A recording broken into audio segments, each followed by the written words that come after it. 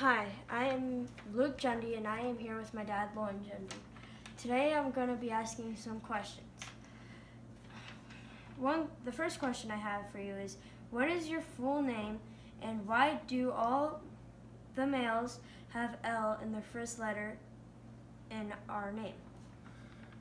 It's Lauren Richard Jundy, and the reason that we have L's in our first name is that it was handed down from our grandfather and great grandfather, and I handed it down to my sons, and your grandfather handed it down to me, and your uncle is named Lowell. Let's see, your grandfather is named Leslie. Your great grandfather is named Leslie. Your great great grandfather was named Lowell, and so I decided to name my sons Luke and Lance. The second question I have for you is, when you were my age, how was school different compared to nowadays? If it is not different, how did you get to school? When I went to school at your age, school wasn't so high tech, I would say, in the computers and the cell phones and the other devices that the teachers, or with the computers in your classrooms and the learning skills that they have nowadays. We had a lot of books, we had to read the books. It was a different grading system on how you still got your A's and B's and your percentage wise and all that stuff, but it wasn't as technical as I guess it is now in grading. The third question I have for you is, who is the oldest person in your family that you remember, and what do you remember them by? The oldest person, well, you've had several aunts that have lived to 100. One aunt that I remember when I was growing up, when I was about your age, she lived to be 108, and her name was Aunt Pearl.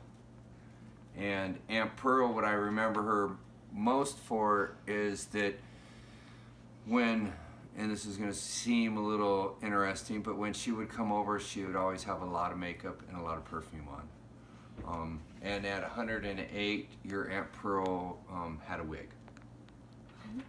So yeah. The fourth question is, how is the world different now from when you were a child? The world, when I was a child, let's see, the world was slower. It moved slower. Nowadays, the world seems to move a lot faster. Things happen a lot faster. Technology, there was no phones. You found out about things. There was no computers. So you read and you did the research on that. There wasn't the computer things or the phone things to give you the information now.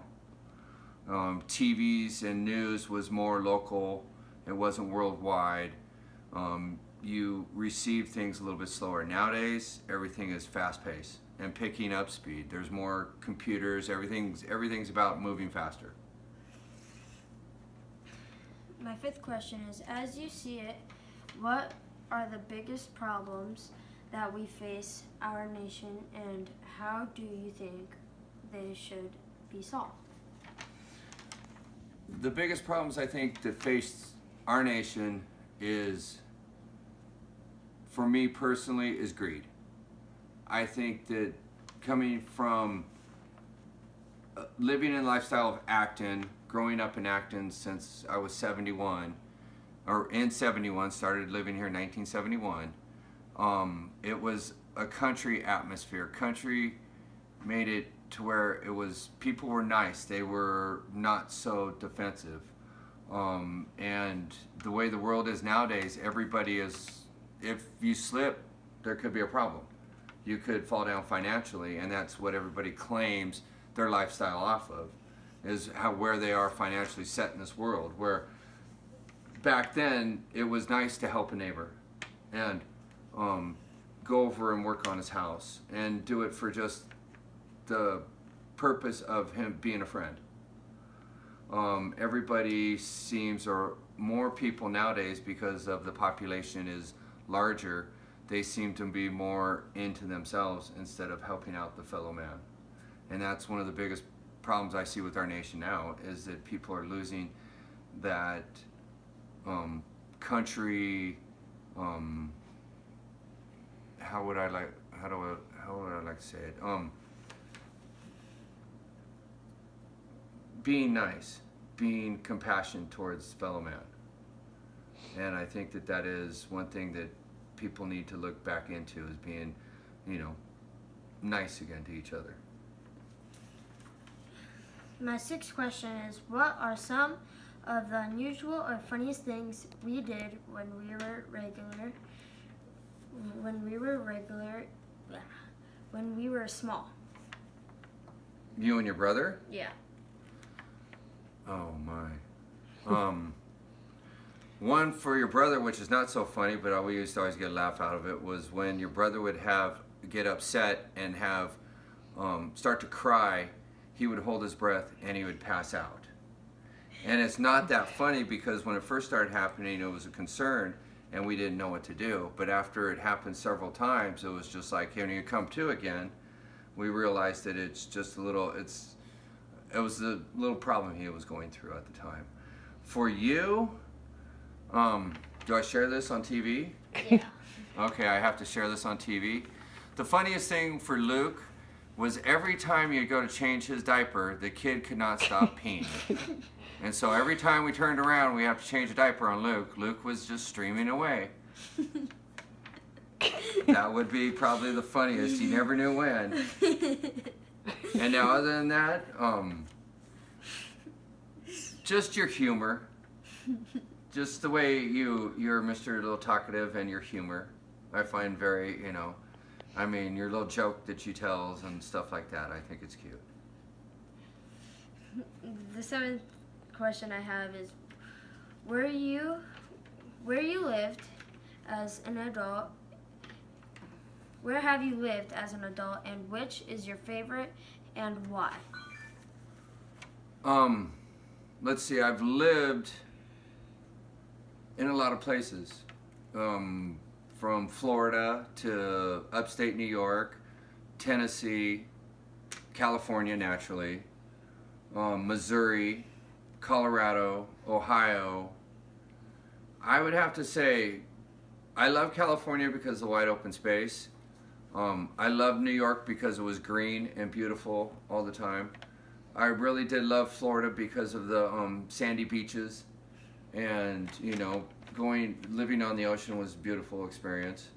I loved Missouri because of the farms and the animals that were there, and horseback riding and other things that we did there. So each place was unique in its own little way, and I love different parts of living in those areas for different reasons.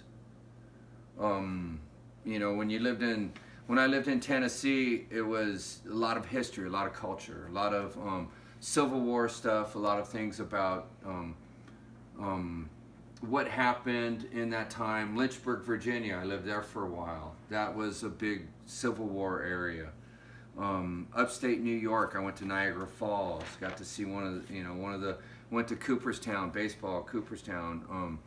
Down in Florida, you get to see just the what would it be, sort of the Latin heritage that goes through Florida, because they have more Puerto Ricans and Dominican Republics and Cubans and stuff like that. So it's a completely different look than, let's say, California and its Spanish culture and Latino culture. So every place is unique. I loved every place. They're great experience. I hope you do that one day. I hope you get to go and visit all these places. The eighth question I have, or ninth question I have, is, what is the most beautiful place you have ever visited, and what was it like?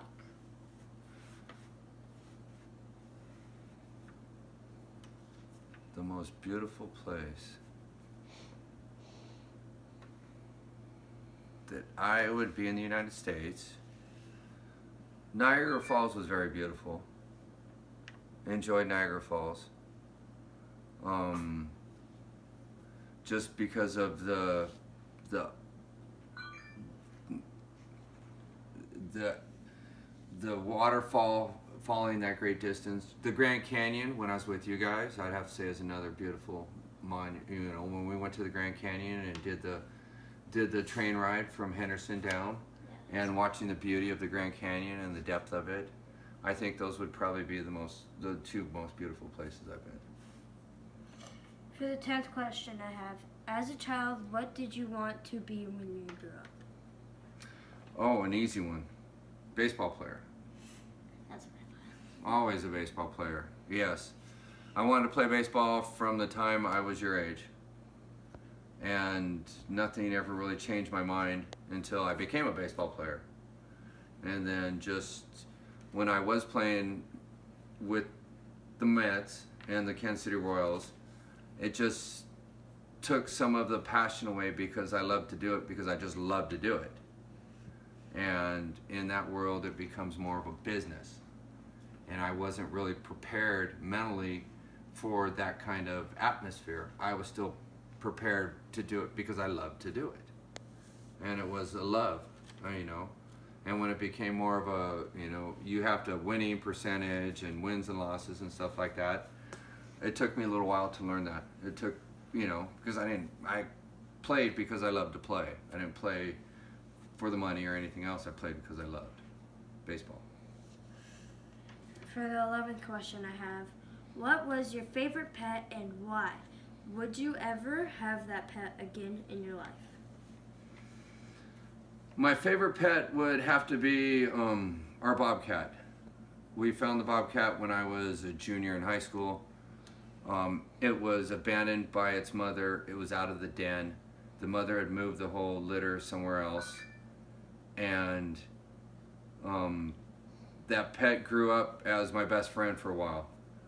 And it was a remarkable animal in the sense of what it could accomplish, much more than a domestic cat. And even at, you know, a certain age, its abilities were like a super cat.